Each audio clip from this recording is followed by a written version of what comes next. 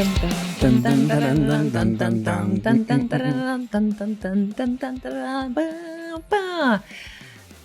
Buenos Aires, Argentina, I'm Paige Nichols, and this is Bad Information, a love letter to the country that drives us mad.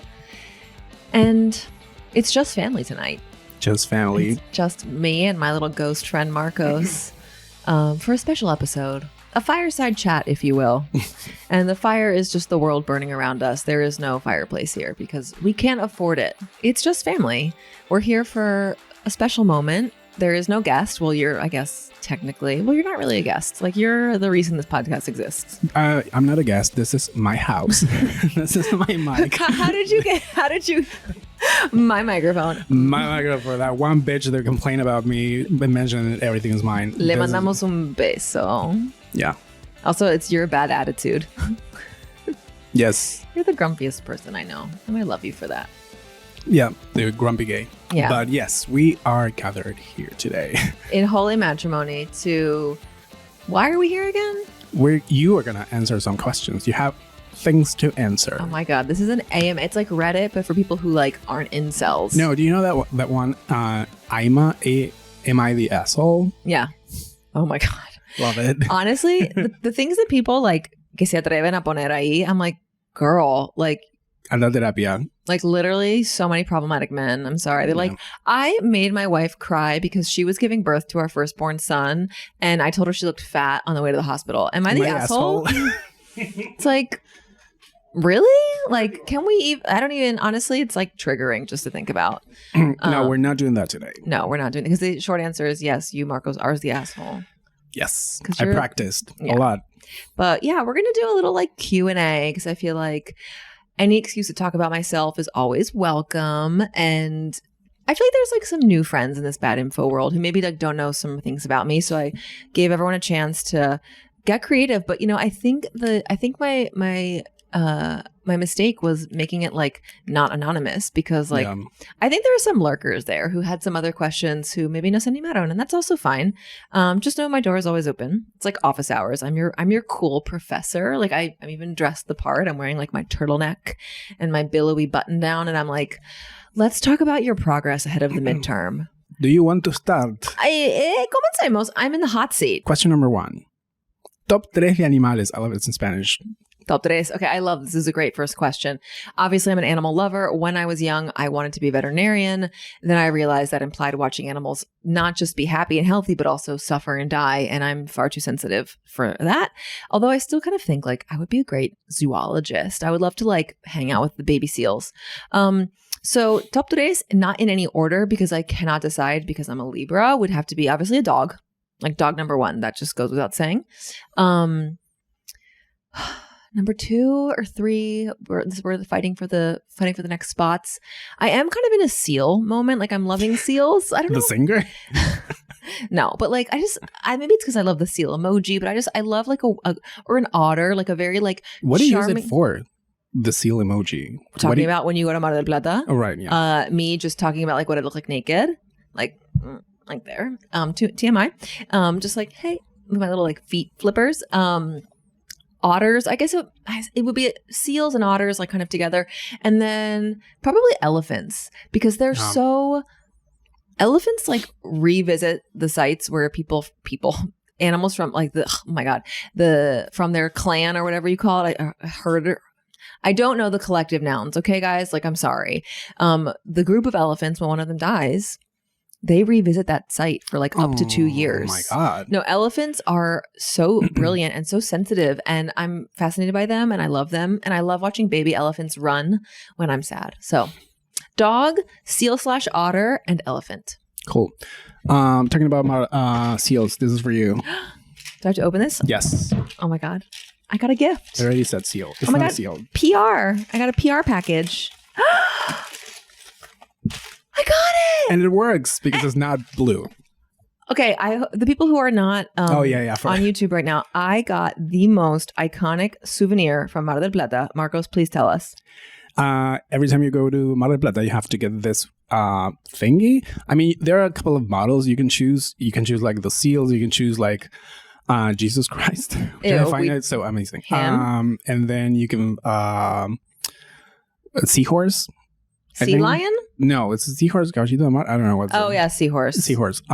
There's a bunch of models, and the fun thing about it is that it changes colors depending on the weather. It's like a mood ring, a meteorological mood ring, which honestly I think is the greatest invention since the bypass.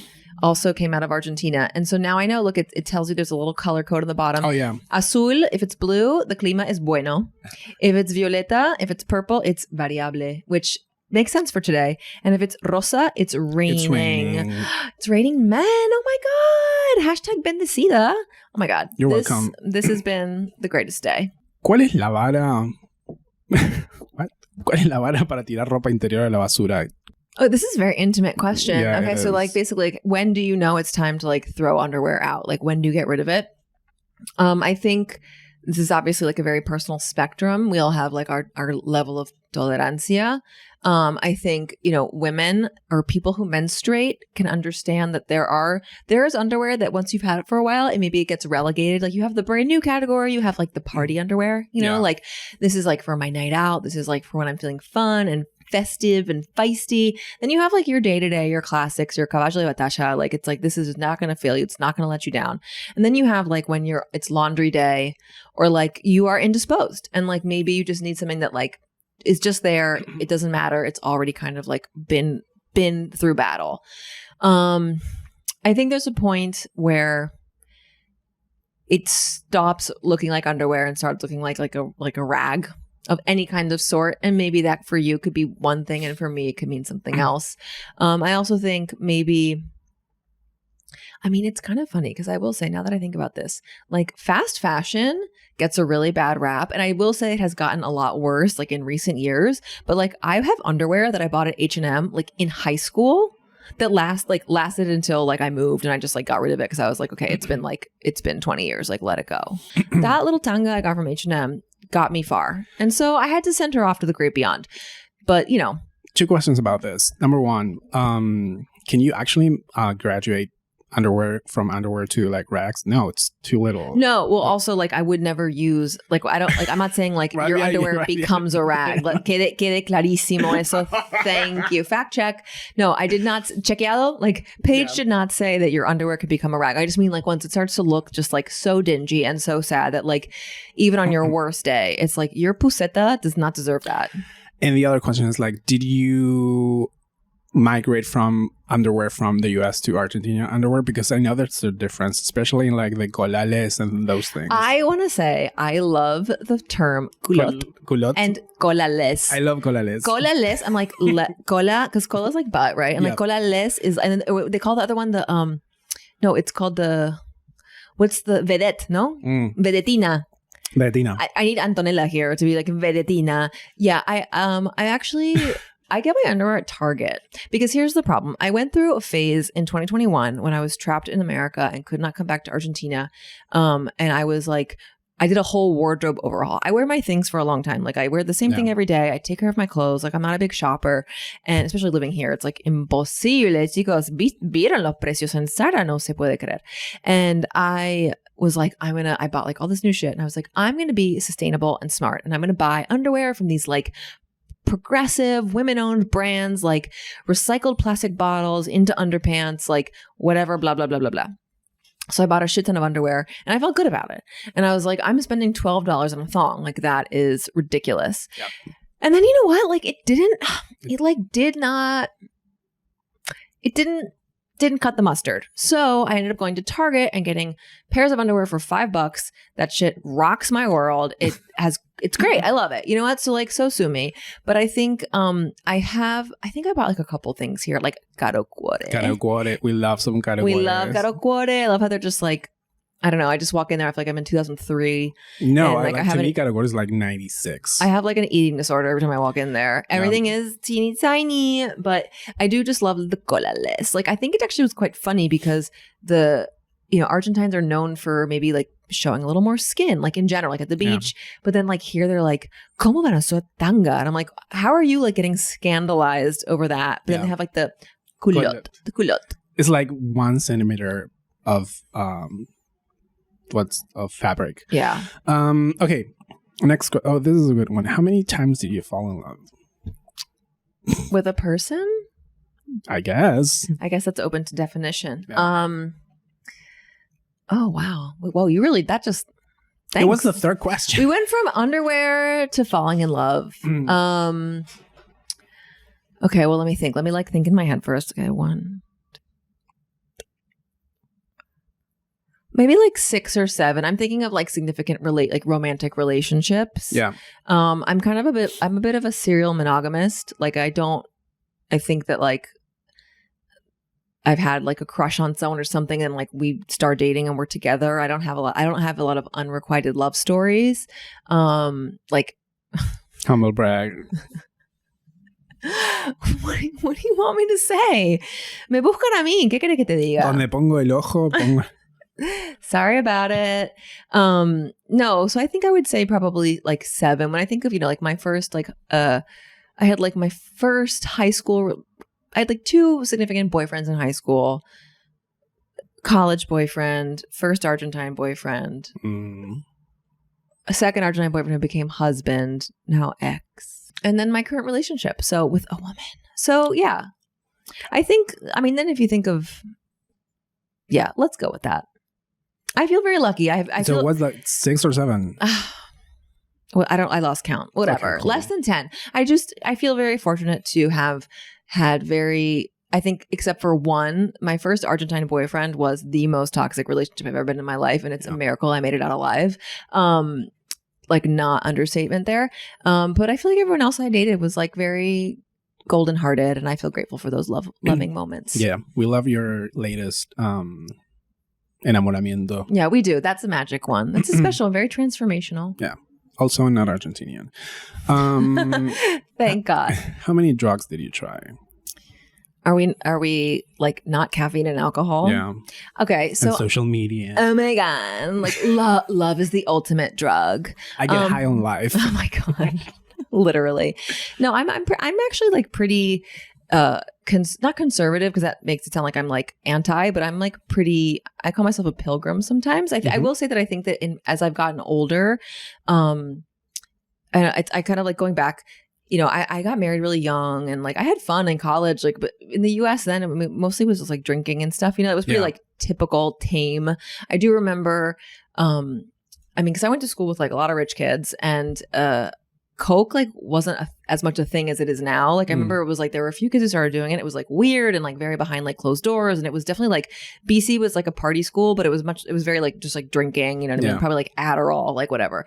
But which I've never taken. People think that I'm on uppers all the time because this is that. This is just how I am. I don't know if that's a compliment or a bad. It's is she on drugs? It's no, this is just how I got out of bed. So I mean, if you can, knowing that, it's I like to feel I'm in control, and I definitely am sort of so high up already, very high strung, that if anything, I seek out something to kind of chill me out. But I had a really bad experience. This is funny. I don't know if it's funny now, but it was horrible at the time. One of my first experiences with weed was so also my parents are pretty liberal and cool, and they were very with alcohol and stuff. It was kind of we don't want to make it a taboo, not the Mom and Mean Girls where she's if you're gonna drink, I'd rather do it in the house. But they're if we were with them, we would have some wine. It was very we don't condone underage raging, but we're not gonna not expose you to it. But with everything else, they were pretty strict. When I was in high school, and I remember, so I had never really smoked pot, and I was dating one of my first boyfriends was a bit older than I was. He was in a band. He was cool. He was really nice. He was a really nice guy, but he was tattoos and whatever. And he was a total pothead. And one day in the summer, we were going to. He was performing at a house party, and I went over to his house, and we were all going to go and whatever, and it was fine. And then his drummer, who was living alone, came over with a whole tray of brownies and was Paige, no. my mom made these brownies, and I was 16. He tricked me, which was not good. Not cool, yeah. And also, I love brownies. So I literally ate one the size of this. I ate a whole fucking weed brownie. It was one of my first experiences with pot. I was so fucked up. It was fun for an hour, and then I was I cannot move from this chair. Like I was, it was so bad. I was high for like 2 days. Like it was terrible. And that kind of like put me off. Like I kind of was like, I don't want to like go seek this out again.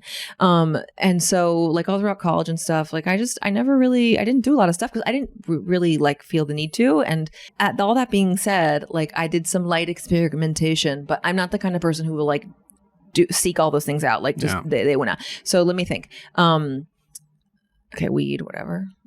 Ecstasy. I've never done cocaine. I have no desire to. I think in Buenos Aires, that's weird. I know. Well, that's the thing. So there's especially now, everyone's doing coke now. I feel like I think like a lot of people in the expat community, like or foreign immigrants from developed countries and very white skin and access to dollars and euros.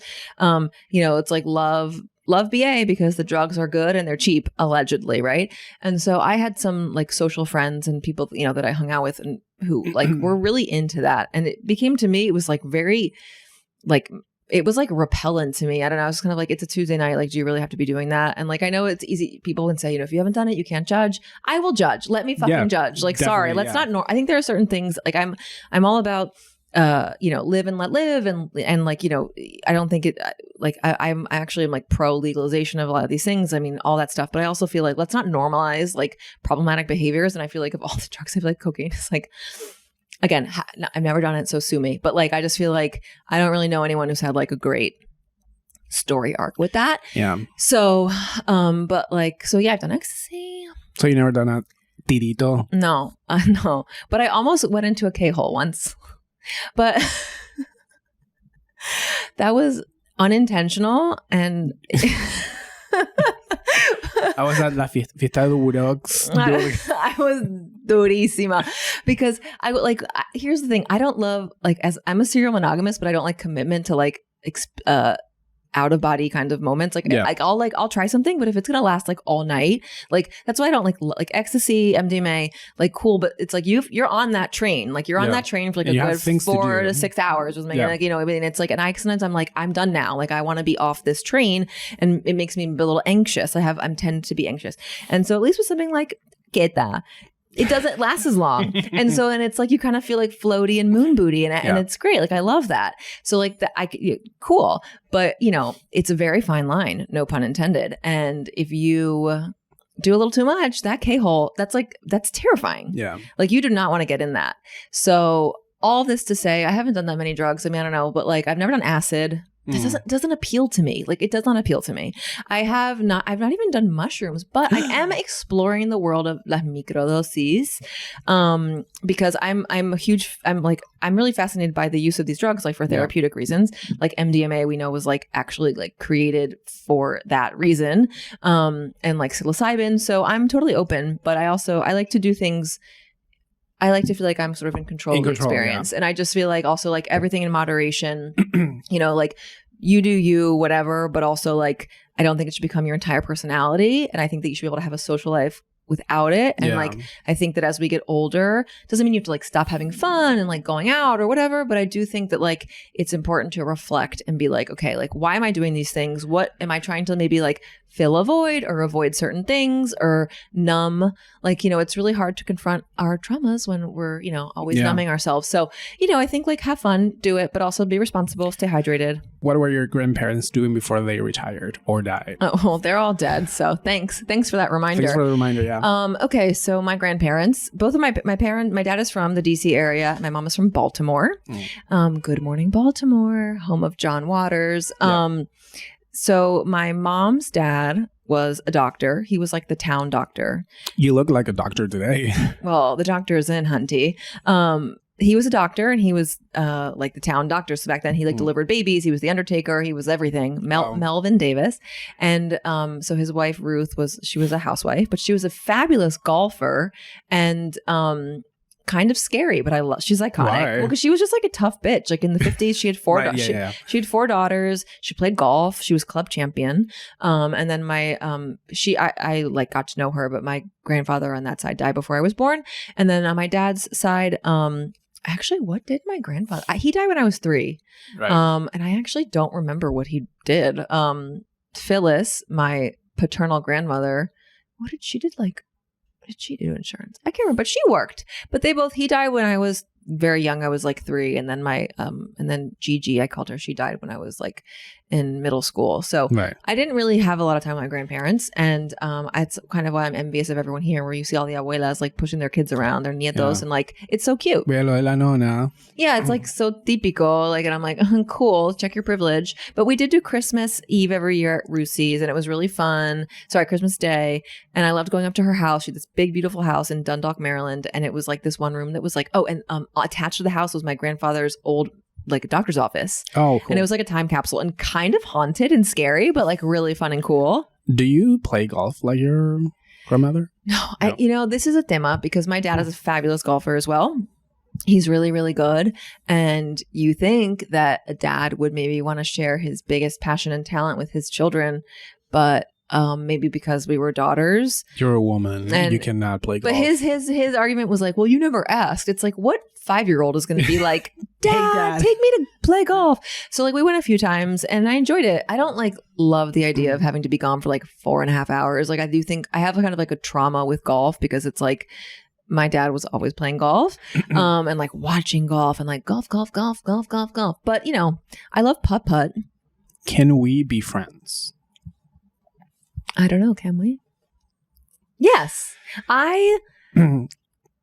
Because I thought about this question because I think it is like an easy question to answer, but then I remember, and this is like my first surprise question. I had to like have like a jingle or something. Oh. Surprise question. Surprise question. Surprise. My favorite. Estoy sorpresa. Yeah, estoy tan sorpresa como todos ustedes. My favorite episode of Bad Info is the one about friendship in Argentina. Oh, yeah, me too. Yeah, right? It's so good. But then I listened to it again like 2 weeks ago, and I thought it was like so straight oriented, like it was very Paki friendship. So my question is, do you think your view of friendships in Argentina changed now that you have like a queer view of it? Well, that's really good. Okay, well first I'm very good. Oh my God, you're a great. It's almost like you know what you're doing, because we're in your house, right? This is my class. Well, first of all, I think that question came from someone who was like, like te quiero and let's be friends. And I will say, like, I think that, parasocial relationships we have with people on social media. Yeah. And I feel like, this is such a little micro world. And I do feel really grateful that people like, I don't know, started following me when I was on the bubble or something and like followed Bad Info. And despite the 3-year hiatus and all this stuff, like are still there. And like, for some reason think that I'm like fun or any interesting. And I feel like I'm a nice person. Like I'm a friendly girl. So yeah, like I really appreciate that. And I think, I'm down to, I want to make more friends. So when it comes to friendship, living here, the majority of my friends were like always queer, which like, girl. That they went.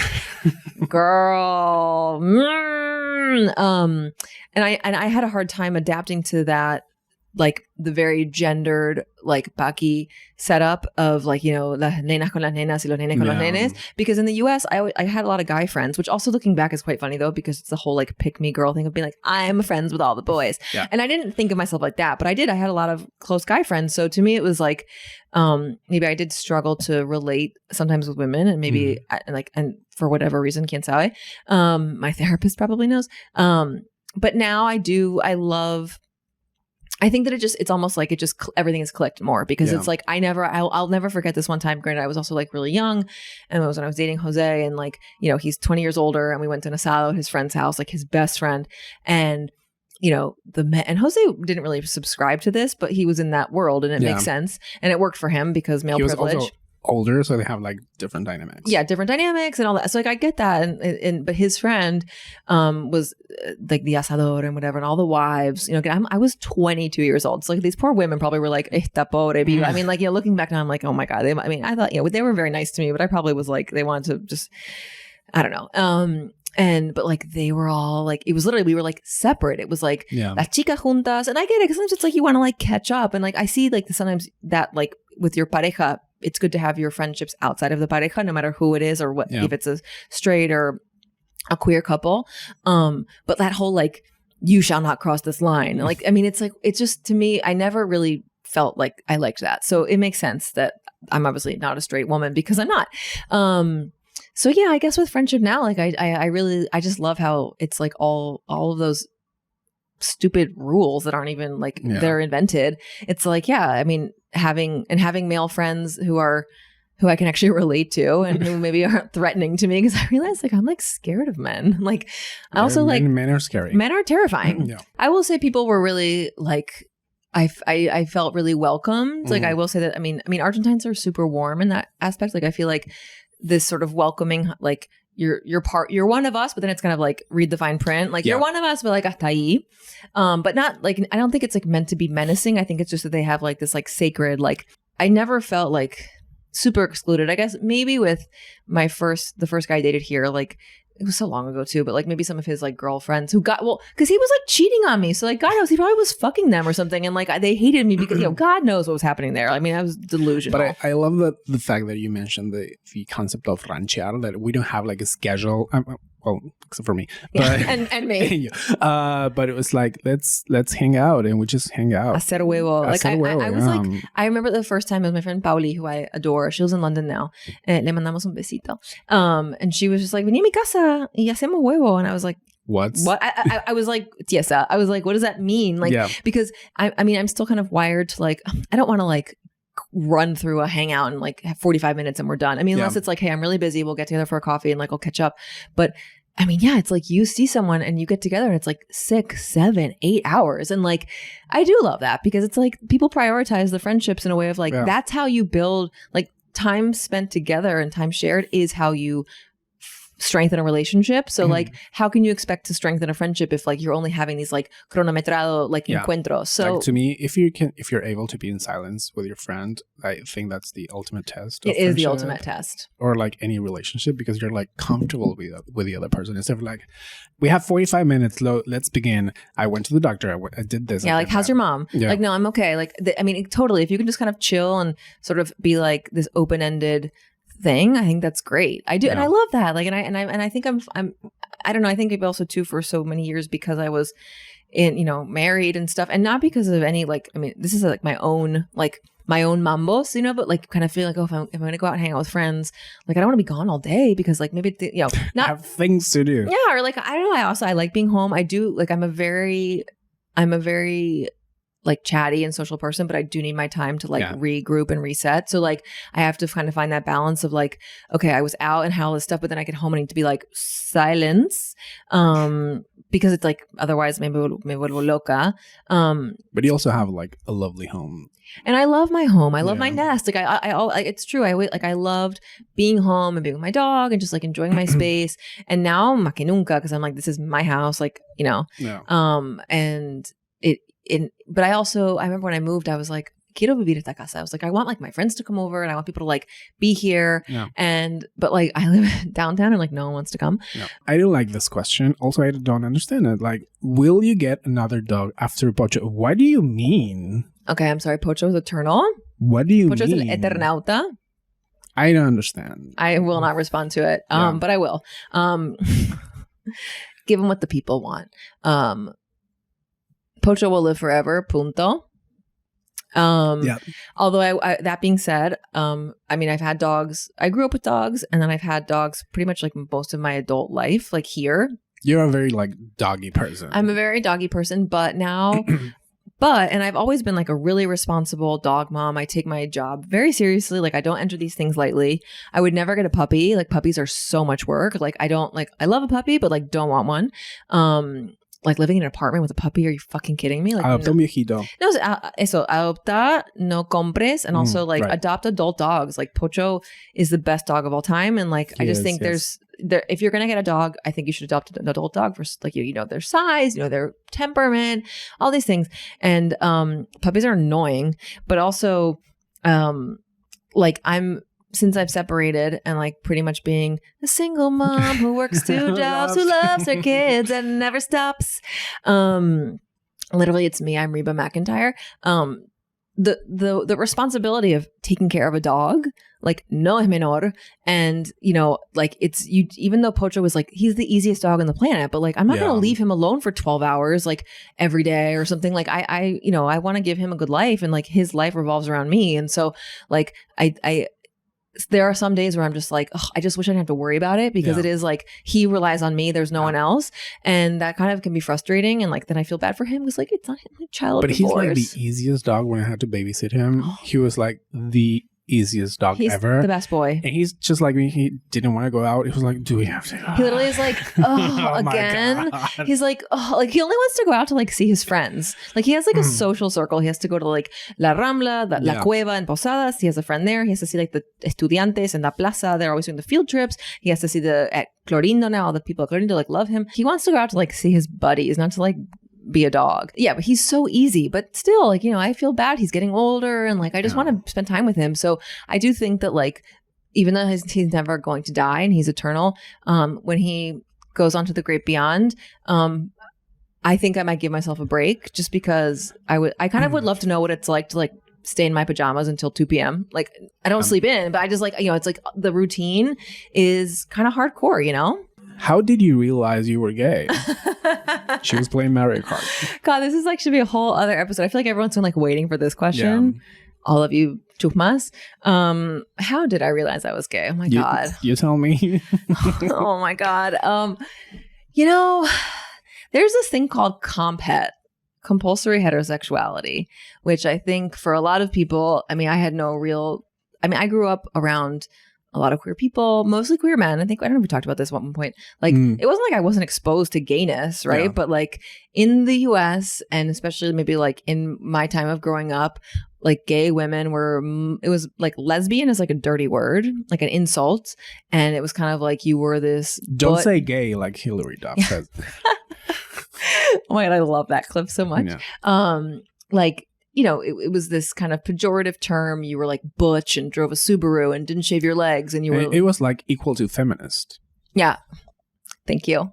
Right? Thank you. The man in the room. But yeah, I mean, it's like people don't want to say like I'm a lesbian. It's like, you know, like I'm a feminist, you know, clutching the pearls. And so I definitely like was aware of that. And it wasn't like I was young and thinking like, I know I'm gay and like I'm hiding it. I'm in the closet. Like I really had no idea. Again, maybe this becomes just because this it's like heterosexuality is imposed upon you from birth. Like it's literally just, I mean, that's why it makes me so disgusted when you see like babies wearing shirts that says like daddy says no dating, or like it's like that is just as bad. Va a ser un galán. Like it's so fucked up. I mean, that my parents weren't like that, but like it just was this sort of assumption that, especially if I'm very like femme and like I'm very straight passing and growing up in that world, and like just there were always guys, you know, like who were interested, and so you kind of just think like, okay, this is what I have to do. This is what I have to do. Yeah. Like this is fine. Like whatever.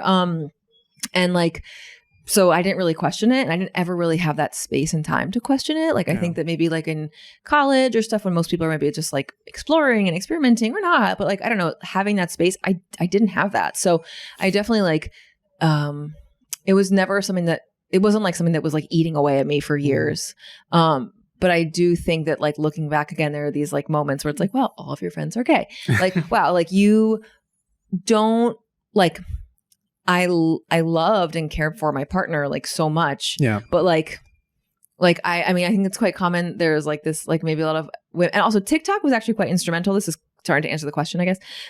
During like quarantine. Yeah. You know, we're all stuck at home, and TikTok's algorithm knows you better than you know yourself. I was starting to see videos of women who were older. I mean, again, not like old, but my age or younger, maybe, and still, but still not like who were coming out and being like, you know, I thought I was asexual. Like I was never interested in sex, or like or whatever. Like, I don't know. And like, but turns out I'm gay, or like, you know, thought I was bi, like kind of like the straight to like gay path. And like how you go through like asexual to maybe bisexual to then like you're just a full les.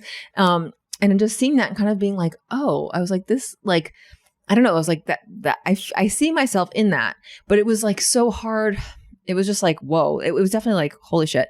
Yeah. And I think, luckily, I had been in therapy for other things. Like I have a great relationship with my therapist. So like I was very just like committed to exploring, like in terms of like trying just to like understand myself and who I am, like on the bigger picture, right? Like, it wasn't like I was there like I have doubts about my sexuality. It was just sort of like I'm here to like be a better person and like open doors and confront the things behind them and la la la la.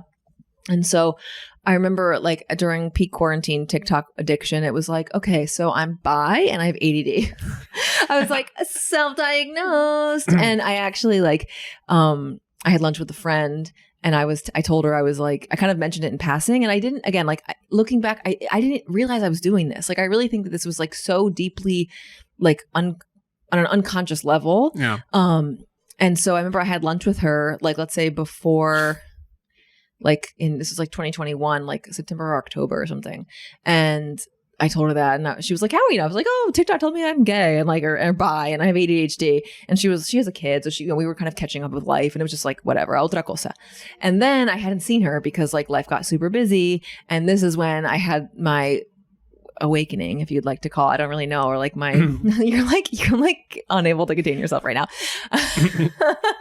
and then I'll get to that in a second, but I had lunch with her like in January and I hadn't seen her in a while. And I was like in crisis, boluda. Like I was really like flipping out because I had no idea what was happening. And I was like really struggling and I didn't know what was happening. And I knew, but I didn't really want to accept that I knew. And because I knew that this meant like basically like blowing up my life, which I think a lot of people use that wording and because that's what it feels like. You're literally tossing a bomb like on your whole life and everything you know. And it's really scary. And she and I went to lunch and I was like a total mess, but she didn't really know that. And she was like, "Paige, last time I saw you, like you mentioned this and I feel really bad because I feel like I kind of just like glazed over it. But I feel like you were trying to tell me something like, do you want to talk about it?" And I literally just like burst into tears and I was like, "Oh my God." Like, and I told her everything and I was just like, I was such a mess because I was like, I can't believe this is happening to me. This is not what this was not what I was planning to happen. Like this is bad because it was like when you know something on a level that, I mean, you can't unknow it. So it's like, no matter how hard you try, like this is not going to go away. And so like, I knew what I had to do, but I was fucking terrified. And she gave me like the strength to like go home and tell my ex like that I was gay, which was probably like, I'll never forget that day, of course, the rest of my life. And here we are. But like I basically had a friend who we were close, but not like, she wasn't even living here. So we were like friendly and I knew her for a long time, but it wasn't like, there was nothing like there. I didn't know she's gay. Like she was out. I always knew her like with girlfriends and things like that. And I just thought she was really cool. And it was like, wow, she's awesome. Like I like her, but again, we're just friends and like nada que ver. Like, and we just like over quarantine became closer, but again, not like, I mean, this was like not, I mean, I was like casadísima. Like I wasn't like, I was like, I'm doing this on the secret. Like I just did not realize what was happening. Like I think that because of this world of compet, like you don't know, like it's such a blind spot. Like you don't realize that like this is because you're attracted to someone. Like this is because this is what you like. And like I think maybe too for queer women, maybe like it's there's like it doesn't always just start with like a physical component. Maybe like it's quite like emotional or intellectual. At least like in my space too. Like so I don't know. It took me by surprise. And basically like I found out later that she like always had a crush on me. I know. I know it's not cute like that. Everyone loves me. No. Okay. I'm a Libra. Okay. Get over it. But basically she is impulsive and just one day just kissed me on the mouth. And I was like, oh my God. But I also was like, oh my God. Like okay, like this is it. Like this is it's like Dorothy when she enters Oz and you see in Technicolor. Like I will never forget that feeling of being like, oh my God, I get it now. I get it now. And it makes me like emotional to think about because it's like it's such a big thing. And like I was 35 years old and like that's not old, but it's obviously like older than maybe most people are like kind of discovering themselves. Sorry, this is like a full monologue. No, but you're right. Like I had so many friends that didn't know that it was an option for them to be queer because they were like so programmed to be like, this is what I have to do. I have to go to school. I have to study something. I have to get a wife. I have to get kids. Yep. And then I will live the rest of my life as this person. And it wasn't like they didn't know, but it was never an option for them. It was, yeah. Until it was presented to them and they were like, wait, I can do this. That's visibility is so important because I was around like gay men all the time and like, but again, I didn't have like queer women in my life. And so I didn't realize that there were people who looked like me or were like me who could And so it was like, once you see that, and that's what it's just so important to have that, and like representation is so key, because then once I saw that, it was like, oh my God. And it obviously threw everything into jaque, right? Like, I mean, I was questioning my entire life because I was like, I'd been with this person for over 10 years and like happy, you know, and on paper, everything looked really good. And like, it, you know, blah, blah, all those things, like what you're supposed to want. And it's also really hard because you're coming to terms with this huge truth about yourself, but you're also like on the verge of breaking someone's heart, like in a really big way. And like, it's really hard. And like, but you also like, I read a book, Glennon Doyle's Untamed.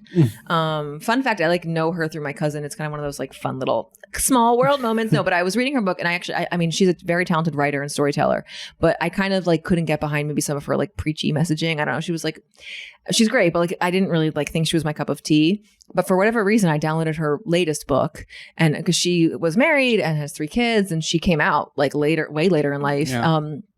After publicly writing a best-selling book about rebuilding her marriage to a man. And I'm so totally crazy. And the book was great though, because it really, there were so many parts that I was like, I felt like she was talking right to me, because it was like talking about how as women we're raised to make everyone happy and be people pleasers and do what they ask of us and not rock the boat and prioritize everyone's well-being over your own, even if that comes at the cost of like your own happiness and freedom. And reading that was like, I mean, there were some lines where like, I don't know, it was just like, holy crap. Like it just, I luckily had, you know, a great therapist that was like helping me through this. And it just, when it all kind of clicked, I was like, I owe it to myself and I owe it to my partner to I can't like live this half life, and it's going to be scary, but like, it's going to be okay. And now I'm gay. What? Okay. I know you're a Libra, Gemini. Which zodiac signs have you dated? Which ones are the most compatible? Compatible to what? To Libra, me. Gemini? Okay. Yeah. So I'm a Libra sun, Gemini moon, and Gemini rising. She was not a Libra. She was a lesbian.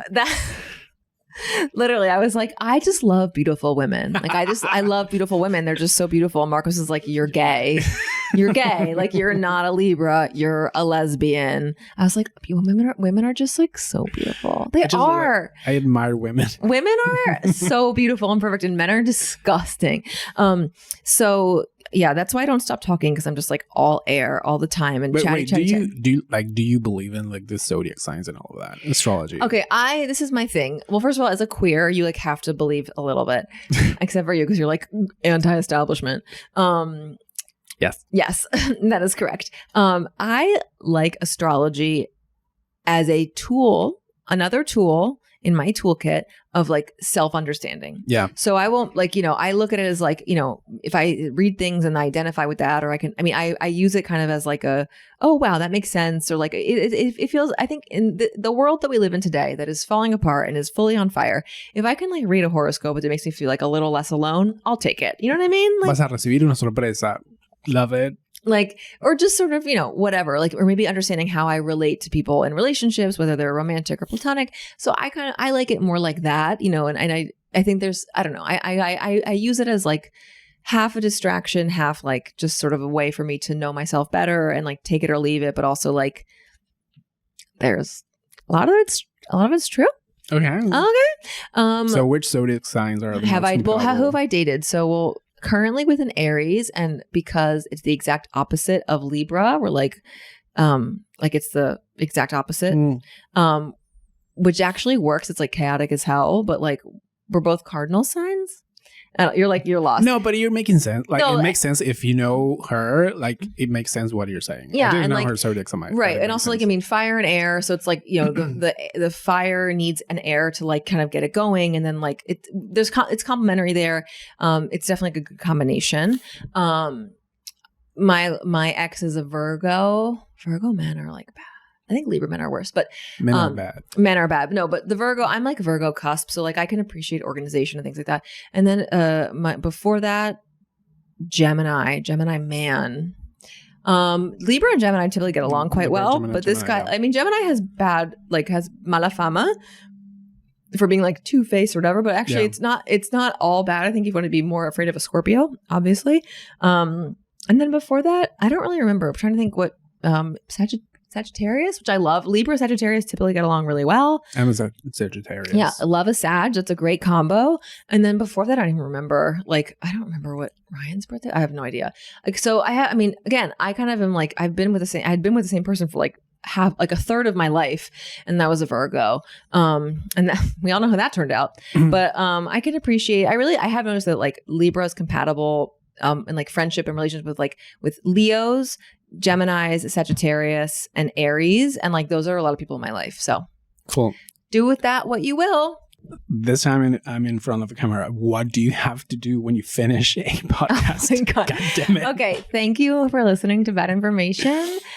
Please follow, like, subscribe, comment on Instagram, YouTube, Spotify, all the other social media platforms that don't exist yet. But please, please, please, please follow us on everything. And please, interact and like do your little beepity boppity boobities, because it boosts my ego and it also makes it easier for people to like give me money. And speaking of money, if you would like to support the podcast because we're gay and we're poor, you can send us some cafecitos, and it's much appreciated because this is a labor of love. Pero amor no paga las cuentas, baby. So please send us cafecitos, send me little memes on Instagram, and just make sure you're following along, because if you don't, I'm never talking to you again. Love you, miss you, want to kiss you, and see you on the flip side. Bye. This episode of Bad Information was recorded at Estudios Niebi in the charmingly chaotic neighborhood of Villa Crespo in Buenos Aires, Argentina.